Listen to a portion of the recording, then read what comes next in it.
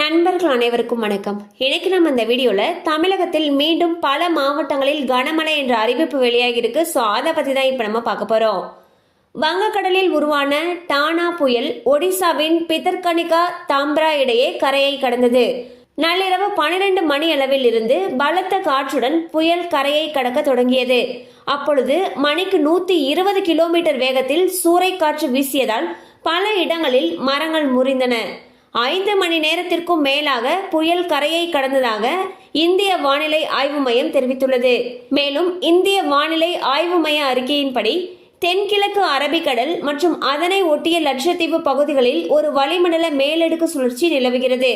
இதன் காரணமாக அக்டோபர் 25ஆம் தேதியன்று தமிழகத்தில் ஒரு சில இடங்களிலும் புதுவை மற்றும் காரைக்கால் பகுதிகளிலும் இடி மின்னலுடன் கூடிய லேசானது முதல் மிதமான மழை பெய்யக்கூடும். மேலும் நீலகிரி, கோயம்புத்தூர், ஈரோடு, திருப்பூர், தேனி, திண்டுக்கல், தென்காசி, திருநெல்வேலி, கன்னியாகுமரி, புதுக்கோட்டை, திருச்சிராப்பள்ளி, தஞ்சாவூர், திருவாரூர், நாகப்பட்டினம், மயிலாடுதுறை, பெரம்பலூர், அரியலூர், நாமக்கல், கரூர் ஆகிய மாவட்டங்கள் மற்றும் காரைக்கால் பகுதிகளில் ஓரிரு இடங்களில் கனமழை பெய்ய வாய்ப்புள்ளது. மேலும் அக்டோபர் 26ஆம் தேதியன்று தமிழகத்தில் ஓரிரு இடங்களிலும் புதுவை மற்றும் காரைக்கால் பகுதிகளிலும் இடி மின்னலுடன் கூடிய லேசானது முதல் மிதமான மழை பெய்யக்கூடும்.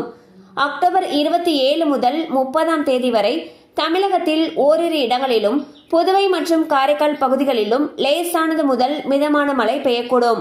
ஸோ பார்த்தீங்கன்னா தமிழகத்தை பொறுத்த வரைக்கும் அடுத்த சில நாட்களுக்கு பல மாவட்டங்களில் கனமழைக்கு வாய்ப்பு இருப்பதாக இந்திய வானிலை ஆய்வு மையம் அறிவிச்சிருக்காங்க.